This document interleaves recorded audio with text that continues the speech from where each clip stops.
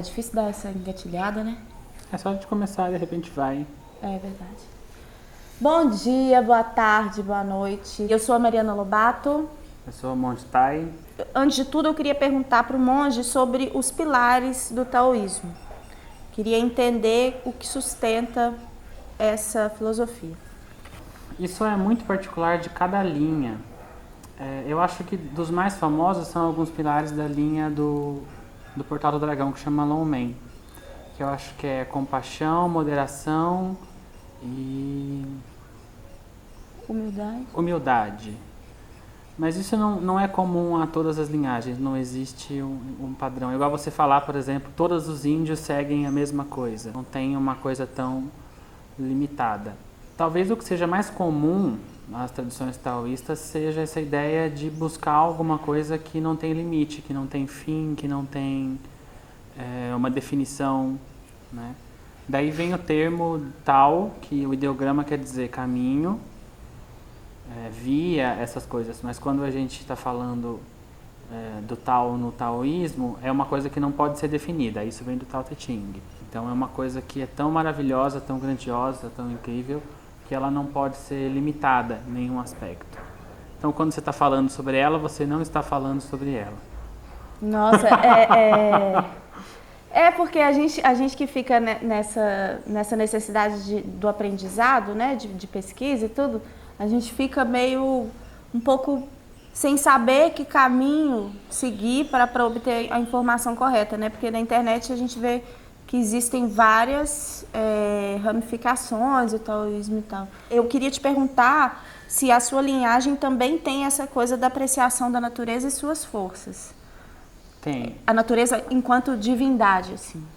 Tem. A gente chama de divindades as forças da natureza, parecido com o candomblé, com as linhagens tântricas, né? Mas a gente também tem os santos, como a Igreja Católica, mas pra gente, assim como na igreja, né, eles têm esse aspecto de ser inspirações, de ter histórias e etc. O que realmente importa nele, assim como nas linhagens tântricas, são as ferramentas. Então, para você obter, por exemplo, um estado de consciência, você tem práticas de meditação, você tem práticas de sono, você tem exercícios físicos, né? A gente chama isso de ferramentas iluminadas. Então, por exemplo, tem o oráculo, que ajuda a gente a abrir a percepção de coisas que até então a gente não entendia. Você tem as práticas que a gente chama de Daoyin, que é yoga taoísta, que é para você trabalhar o corpo, aprender a alinhar, aprender a fortalecer. Tem práticas de alquimia, em que você aprende a refinar a energia, refinar a percepção de você, do outro, das relações. Alquimia no sentido interno, né?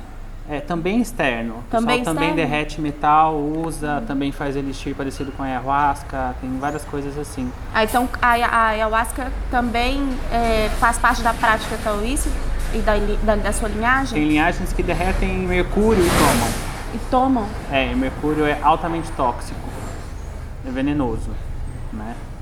Então a linhagem permite o uso de plantas sagradas, por exemplo, também assim como você disse, o metal e tudo, mas também é aberto para as plantas sagradas, para a utilização espiritual das plantas sagradas. Sim, tem linhagens que utilizam, tem linhagens que derretem pedra e tomam chá de pedra. Eu lembro que quando eu era adolescente a galera tomava chá de fita. Quem é das antigas, dos anos 80, vai lembrar. Pegava fita, cassete e fazia o chá da fita. Eu falei isso esses dias com meu filho, foi uma coisa horrorosa. Bom, isso é outra pauta, esquece que eu falei. A gente tem as yogas de sonho, elas chegam num estado bem próximo desse das plantas. Eu sou iniciado como juremeiro, a gente fica 1 ano tomando. É uma planta que parece com ayahuasca. Sim. E eu queria conhecer um pouco, isso é aqui dos índios dessa região aqui do Nordeste, né? Eu queria conhecer um pouco mais desse caminho espiritual brasileiro. E é um estado bem parecido com o que a gente chega com as práticas de yoga dos sonhos. Você entra em estados em que você não tem muita clareza se você está acordado, se você está sonhando. Pois é, mas eu acho isso uma experiência não tanto quanto, não tão benéfica e proveitosa. Quando você tem um pré-conhecimento, uma preparação para aquilo, você tem um propósito. Pessoa pra te guiar. Uma pessoa para te guiar, enfim, toda essa preparação e um propósito, eu acho que aí a coisa muda de figura, né, assim. Eu acho que todo o aspecto que abre a consciência de alguma forma, né? Porque a consciência também abre naturalmente.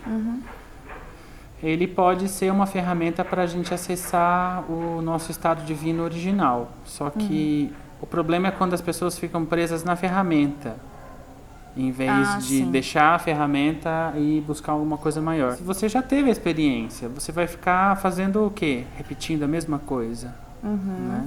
Muita gente passa a vida buscando a mesma experiência 2 vezes, a mesma sensação que teve com a pessoa 2 vezes, né? O mesmo sabor que sentiu 2 vezes da mesma comida. Isso não acontece, né? Tem os antropólogos que falam que o homem nunca se banha 2 vezes no mesmo rio. Nem o rio é o mesmo, nem o homem é o mesmo. Eu queria saber, porque o catolicismo tem Jesus como guia espiritual, como pilar, né? O budismo tem Buda. Eu não encontrei uma representação única para o taoísmo.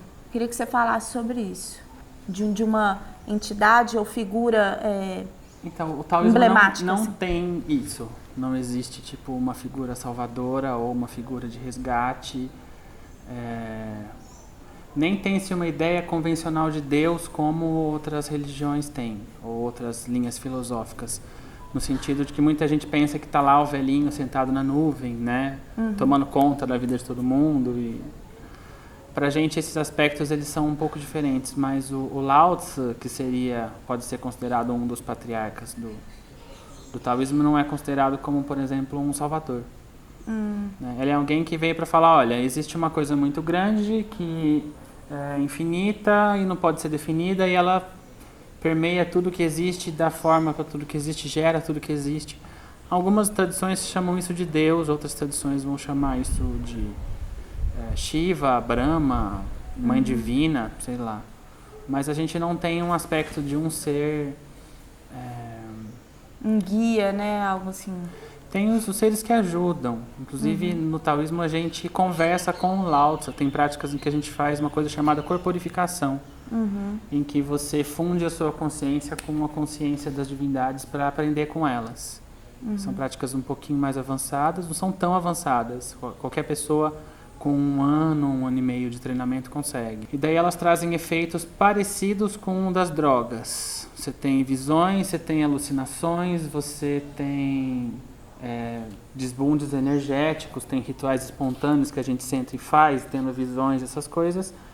Mas são efeitos que passam em 15, 20, no máximo uns 40 minutos. Você não vai ficar como nas drogas tendo brisa. E elas não dão bad vibe, porque elas são uma forma natural do corpo fazer esses processos. Sim. Né? Eu cheguei numa época do meu cultivo que eu comecei a pensar que alguém que segue profundamente a espiritualidade e uma pessoa que é extremamente viciada em drogas tem muitas similaridades. Eu não vou lembrar todos os tópicos, mas tem um texto muito famoso dentro do taoísmo de um homem santo que a gente chama de homem que abraçou a simplicidade, chama Kehon. E ele tem uma passagem num livro dele que chama Bao Po Tzu, que ele compara os sábios e os grandes realizados aos ladrões e fala que eles têm que ter as mesmas características.